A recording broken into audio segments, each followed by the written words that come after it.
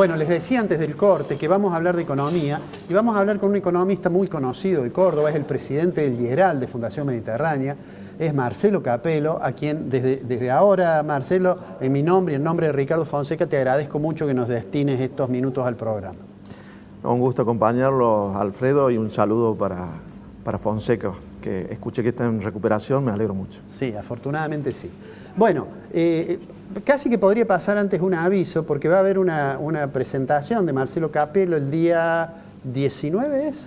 9, perdón. El día 9, una presentación que va a hacer en Fundación Mediterránea y que vale la pena no perdérsela. Pero ya que lo tenemos acá, la primera pregunta, Marcelo, es, digamos, ¿cómo estás viendo la situación en esta etapa extraña que es esta suerte de transición hacia las elecciones, digamos, ¿no? ¿Cómo estás viendo las decisiones que tomó el gobierno después de la derrota electoral, en fin?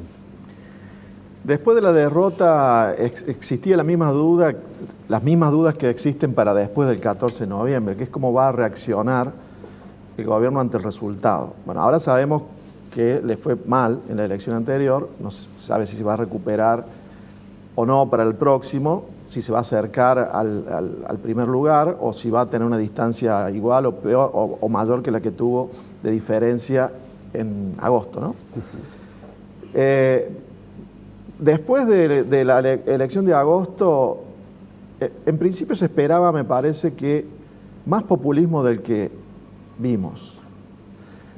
Y esto viene ocurriendo ya hace varios meses, donde una cosa es el discurso político y otra cosa a veces son los números, lo que maneja Guzmán en definitiva, que tuvo un primer semestre para el Fondo Monetario Internacional y un segundo semestre que es para las elecciones. Estamos en ese pleno segundo semestre, se está gastando más, se está emitiendo mucho más, pero los anuncios que se han hecho después de la elección de agosto no permiten por ahora afirmar de que va a haber un déficit de 4 puntos del PIB como estaba previsto. En realidad el presupuesto era 4,5 puntos del PIB, pero en el primer semestre el déficit fue de cerca de 1 punto del PIB solamente. Con todos estos anuncios, nosotros en el IERAL vemos que puede estar el déficit en 3,5, 3,7. Con esto te quiero decir que han anunciado nuevos gastos. Algunos de ellos son transitorios, otros permanentes. Pero aún así cuesta llegar a 4 puntos del PIB. Me parece que Guzmán todavía logra frenar algunas cosas para ver si después de la elección puede cerrar un acuerdo con el fondo. Y por eso muchas de las cosas que se van anunciando son transitorias y no permanentes. Porque si fueran permanentes, ahí sí estaríamos en un grave peligro. Porque si vamos a repetir 3,5 o 4 puntos del PIB de déficit este año y el que viene, va a terminar muy mal. Pero como algunos de los gastos que se anuncian son transitorios, eso quizás dé lugar a que se pueda cerrar un acuerdo con el fondo con un déficit que el año que viene tendría que ser mucho menor al que se prevé en el presupuesto, que es 3,3 puntos del PIB. Si no nos cierran los números, para volver algún día a pagar la deuda, no solo con el fondo, que es lo más probable que si hay un acuerdo tenga un periodo de gracia para pagar el capital, sino la otra deuda, la que ya se reestructuró y que va a haber que empezar a pagar cada vez en mayor medida desde 2023. ¿Cómo ves el tema de la inflación? Porque este panorama que vos planteas da la sensación de que tiene algún margen de maniobra, pero, bueno, ¿qué pasa con el nivel general de precios, ¿no? Que bueno, el último mes, no recuerdo, fue 3,5, creo, el IPC nacional. ¿Cómo crees que va a seguir eso? Está claro de que en los últimos meses había bajado un poco la inflación hasta que volvió a subir el 3,5, conteniendo el dólar oficial, que subía alrededor de 1% cuando la inflación estaba entre 2,7 y 3,5. Eso hace que, como sabes bien, se va atrasando el tipo de cambio y todos después esperan, después de la elección, que en algún momento haya una recuperación. Entonces hay una inflación que se está escondiendo bajo la alfombra que va a aparecer después. Por otra parte, todavía había algunos controles de precios y ahora apareció, después de la elección, este otro control más masivo de precios. Por otra parte, hay tarifas rezagadas que se van rezagando cada vez más, de manera que todo indica que después de la elección, no necesariamente en los últimos días de noviembre, ni siquiera en diciembre, en alguno de los meses posteriores, yo me animaría a decir, salvo que se quede sin reservas el Banco Central de libre disponibilidad hacia enero, febrero, cuando a veces se dan las malas noticias, de que haya alguna suba discreta del tipo de cambio, si llegan con reservas suficientes a enero. Si el 14 de noviembre ya tiene muy poca reserva de libre disponibilidad, sí, al otro día yo creo que hay que esperar que empiecen a subir las mini devaluaciones diarias. Lo de la suba discreta, como por ejemplo lo que ocurrió en enero del 2014, que había subido el tipo de cambio, si mal no recuerdo, 24, 25%, el dólar. El ministro era Kicillof. Y el presidente del Banco Central era Fábrega, y que Kicillof y Cristina, que era la presidenta, desconocieron la medida de Fábrega, como si no sabían de qué iba a ocurrir. Eso le permitió a Cristina tirar esos últimos 2 años de mandato sin hacer casi ya nada. Siguió atrasando el tipo de cambio, siguió atrasando las tarifas 2 años más. Por eso cuando a veces decimos, bueno, pero esto va a explotar, ojo, a veces las cosas no explotan tan rápido. Pero ¿cuál es la gran diferencia? Que en aquel momento, estamos hablando del 2014, principio del 2014, había un nivel de reserva de libre disponibilidad muy superior al que tienen hoy. Ahí se pueden confundir. No es lo mismo, creo que era algo así como 20.000 millones de dólares que todavía les quedaban en ese momento, contra a lo mejor 2 o 3.000 millones de dólares que deben tener de libre disponibilidad ahora. Entonces, ese nivel de reserva no da para 2 años de hacer la plancha, de seguir atrasando las variables. Con lo cual, en algún momento de los 2 años que quedan, van a tener que subir el tipo de cambio más que la inflación, ya se verá si en forma de una vez o acelerando las mini devaluaciones diarias.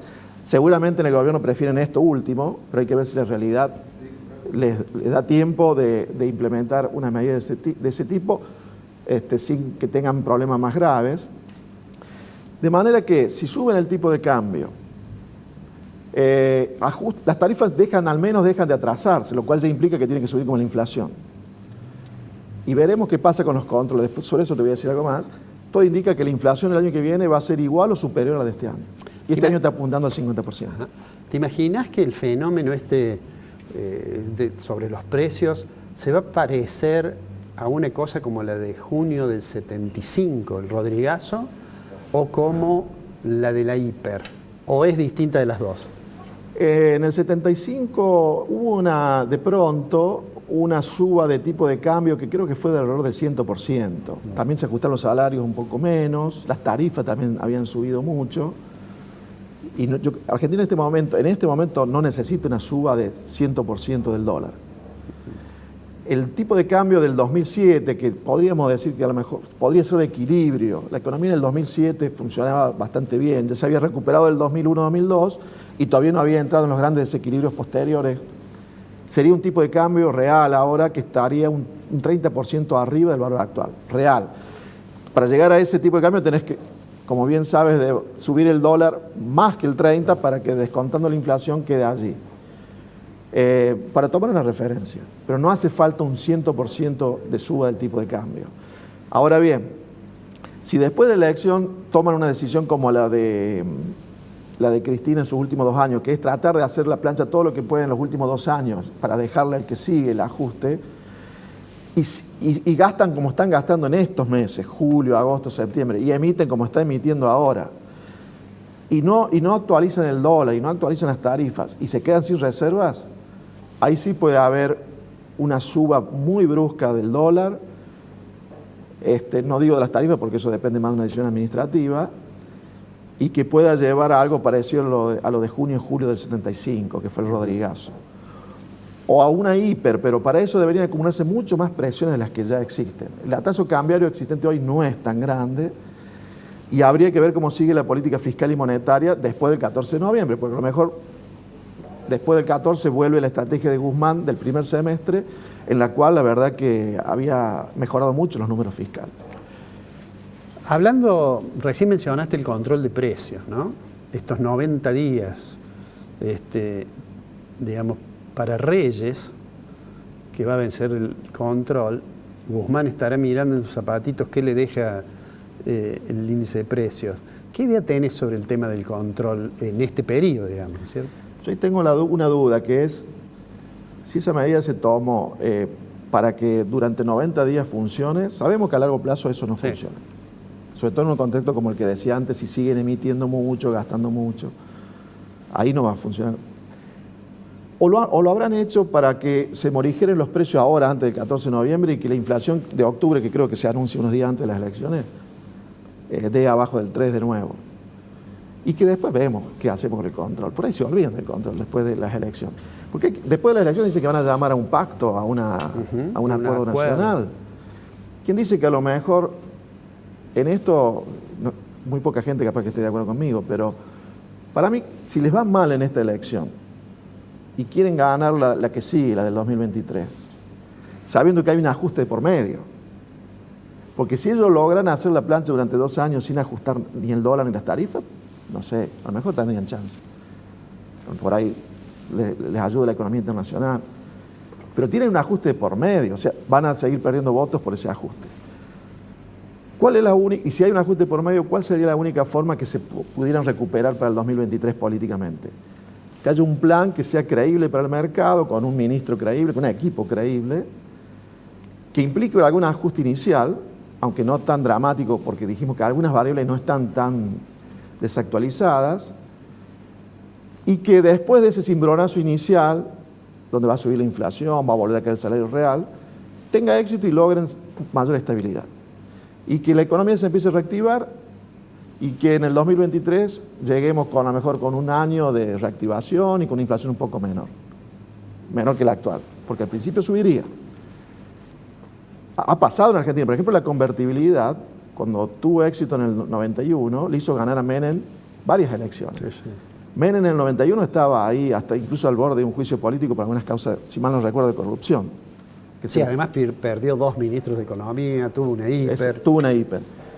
Pero claro, ¿eso qué implicaría? Poner un equipo, un ministro creíble, con un plan creíble. Implicaría que se tendría que alinear todo ese conjunto de gente que está en el gobierno, que son diversos grupos, a apoyarlo y sacarle las leyes, y especialmente la vicepresidenta se tendría que cambiar el discurso, no se calla, tendría que cambiar el discurso y tendría que alinear a su tropa para que vote las leyes que ese ministro le pediría, que serían seguramente muy diferentes a lo que hasta ahora se ha estado hablando en ese grupo dentro del gobierno, tendrían que acordar con el FMI. Ahora, yo no lo veo, no le pongo probabilidad 0, porque Cristina ha demostrado que cuando quiere alinea la tropa y le a ver, vamos a salir de la economía. En un momento Milani fue jefe del ejército y tenía acusaciones contra los derechos humanos. Y sin embargo hubo algunos chisporroteos con Eve de Bonafini y algo más, y con el tiempo se alineó todo el mundo. ¿Sí? Cristina ha demostrado esa capacidad de alinear a su tropa.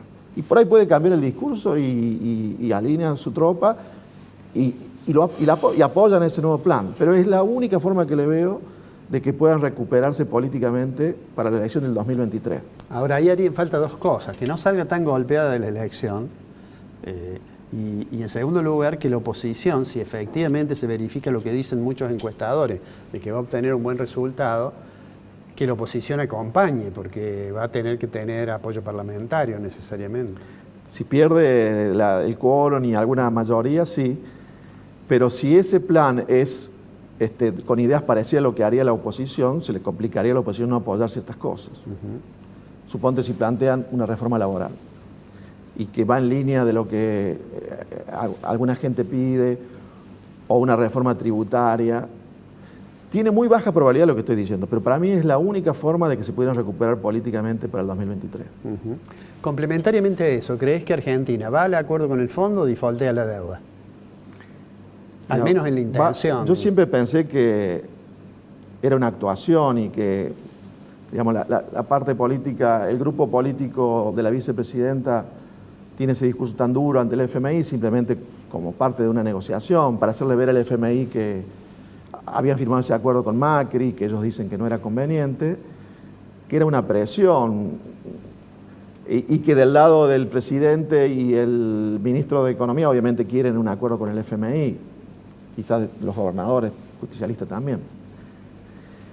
Siempre pensé eso. Ahora hubo algunas manifestaciones muy duras de nuevo contra el fondo, pero todo esto tiene que ver con la elección, me parece. Y después de la elección yo me jugaría por decir que van a tratar de cerrar el acuerdo.